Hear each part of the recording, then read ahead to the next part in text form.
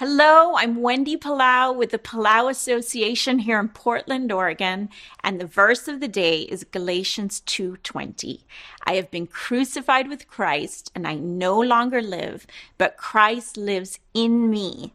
The life I live in the body, I live by faith in the Son of God who loved me and gave himself for me. This is one of the most hopeful verses in the Bible for our spiritual lives. I call it the great exchange. You might say to me, Wendy, how can this be hopeful? It's about death, being crucified, about dying to myself. And it feels depressing and sounds so hard. You might say to me, why would I even die to myself? Everything I've ever been told is to live for myself. Yet Jesus calls us to come and die. And it might feel counterintuitive, but the truth is, when we die to ourselves, you are still the most beautiful person that God created you to be, but you become the you you're meant to be.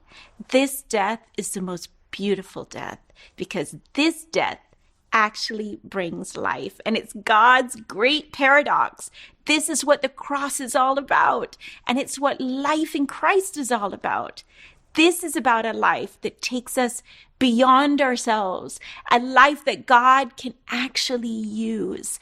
And this is also a life of faith. Paul says it's a life of faith in a God who loves us and a God who gave himself up for us. It's not about what I can do for God, but what God has already done for me. When I submit my life to him, when I die to myself, his spirit comes and lives in me, his powerful presence, his very life. And there's the exchange, life from death. This is the way to live. Are you living for yourself with Jesus tagged on or trying really hard to work for him?